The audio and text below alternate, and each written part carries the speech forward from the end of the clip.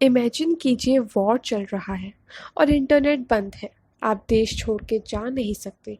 जो भी news TV पे आ रही है वह गवर्नमेंट के थ्रू आ रही है और आप सिर्फ वही देख सकते हैं जो आपको दिखाया जा रहा है। और जाहिर सी बात है वही आपके लिए सच भी हो जाएगा। पर अब अहम सवाल ये है कि क्या वही एब्सोल्यूट ट्रुथ है? आज हम एलिगोरी ऑफ द केव से इसी बात को समझने की कोशिश करेंगे।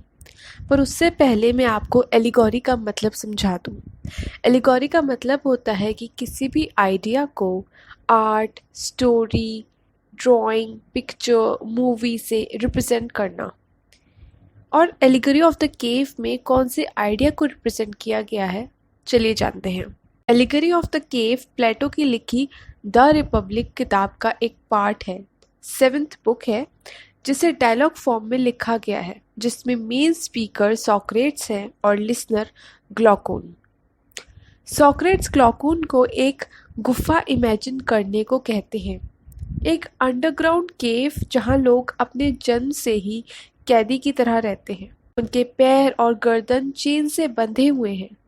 वे बिल्कुल भी हिल नहीं सकते, सिर्फ एक काम कर सकते हैं और वो है सामने देखना।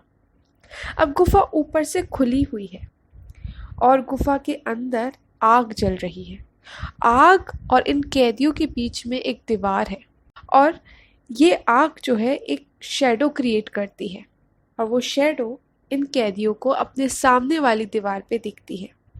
अब ये शैडो गुफा के उस पार रहने वाले लोगों की है, जो अपनी नॉर्मल लाइफ जी रहे हैं, खेल रहे हैं, कूद रहे हैं, बातें कर रहे हैं, अपने साथ एनिमल्स, ऑब्जेक्ट्स के स्टैचूज कैरी कर रहे हैं।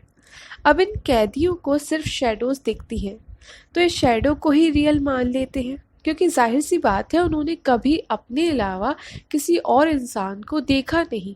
जानवर, ऑब्जेक्ट्स, ये सब उनके लिए नई चीज़ें हैं, तो वो शैडो को ही रियल मानेंगे। अब सोचिए कोई आवाज़ भी उन्हें सुनाई देगी तो वो यही सोचेंगे ना कि ये तो शैडोज ही बोल रही हैं। अब उनमें से एक कैदी फ्री हो जाता है, अपनी चेनों को तोड़ देता है और उसे एकदम से खड़ा कर गुफा के उस पार निकाल दिया जाता है। उसका नेचुरल रिएक्शन क्या होगा? जो कैदी या जो इंसान बचपन से जंजीरों में अकड़ा हुआ था, जब वो खड़ा होगा, गुफा से बाहर निकलेगा, तो सबसे पहले तो उसकी भाई बॉडी पेन करेगी।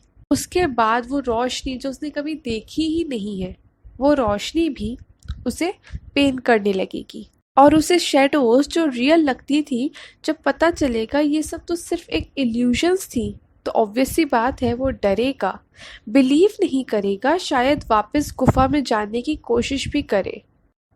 बट अगर वो उस पेन को, उस डर को कॉन्कर कर ले, या कहें हम थोड़ा सा सह ले, उसे समझ आने लगेगा और अल्टीमेटली वो देखेगा कि sun is the source of everything, including shadows जो वो केव में देखता था।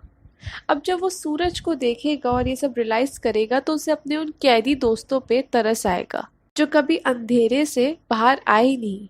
वो उन्हें अंधेरे से उस रोशनी में लाने के लिए वापस गुफा में जाएगा। पर क्योंकि वो इतने सालों बाद जा रहा है, तो जाहिर सी बात है थोड़ा बहुत तो इंसान रास्ता भटकेगा ही। और जो इंसान इतने सालों बाहर रहा है और रोशनी का आदी हो चुका है, अब वापस अंधेरे में वो जाएगा तो फिर से उसकी आंखें थोड़ा बहुत पेन करेंगी ही।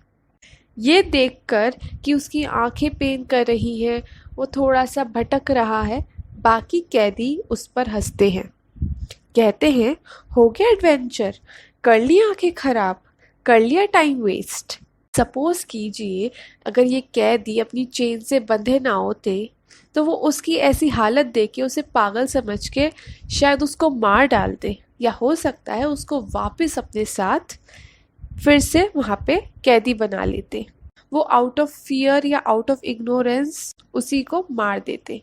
पर ये जानते हुए भी शायद उस आदमी ने ये रिस्क लिया, क्योंकि वो अपने साथी कैदियों को आज़ाद कराना चाहता था। पर ऐसे में वही इंसान जो अपनी इग्नोरेंस और अंधविश्वास को तोड़ पाए, वही तो अपने आप को आज़ाद कर पाएंगे। ये कैदी वो नहीं कर पाए, इसलिए वो हमेशा के लिए वहाँ कैदी बन के रह गए। और इसी सिचुएशन को सॉक्रेट्स एक्सप्लेन करते हुए कहते हैं, जिस इंसान ने अपनी आत्मा को आज़ाद कर लिया, ये उसकी जिम्मेदारी होनी चाहिए कि वो बाकी कैदियों को भी इस वर्ल्ड ऑफ रियलिटी का हिस्सा बनाए। ये वर्ल्ड ऑफ रियलिटी प्लेटो कहते हैं कि ये इंटेलिजिबल दुनिया है। ये वो दुनिया है जहाँ पे आइडियाज़ है। This is a world of ideas. और जिस वर्ल्ड में, जिस दुनिया में वो कैदी रह रहे हैं, वो है सेंसिबल वर्ल्ड, यानी कि वो वर्ल्ड जो सिर्फ आपकी सेंसेस देख सकती हैं, सेंसेस परसीव कर सकती हैं।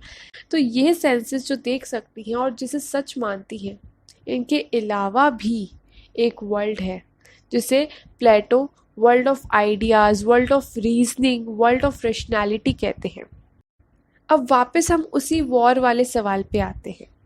जो न्यूज़ आपको दिखाई जा रही है, आप उस पर बिलीव कर लें और आप कभी भी ये ना सोचें कि कोई और चैनल क्यों नहीं आता है, कोई और न्यूज़ क्यों नहीं दिखाई जाती। क्या हमें देश के बाहर जाके पता करने का हक नहीं है कि देश में आखिर चल क्या रहा है, या बाकी लोग हमारे देश के बारे में क्या सोचते हैं, उनका नज़रिया क्या है। जब आप खुद की इंटेलिजेंस या रेशनैलिटी को किसी पावर या अथॉरिटी को कंट्रोल करने देते हैं, तब आप सेंसिबल वर्ल्ड में ही रह जाते हैं। तब आपके पास दो ही रास्ते होते हैं, या तो आप अपने सोचने, सवाल करने की इस पावर को सरेंडर कर दें और इस सेंसिबल वर्ल्ड में उन चेन्स में बंधे रह जाएं, या फिर इस चीज़ को रियलाइज़ करें कि आपके अंदर आत्मा को आज़ाद करने की क्षमता है और उस गुफा से निकलने की कोशिश करें और इंटेलिजिबल वर्ल्ड में असेंड करें। और यह थी the allegory of the cave की समरी, जिसमें प्लेटो यही कहते हैं कि जो इंसान इंटेलिजिबल वर्ल्ड में पहुंच गया है, अभी उसकी रिस्पॉन्सिबिलिटी होनी चाहिए कि वो सेंसिबल वर्ल्ड के लोगों को भी एनलाइटन करे।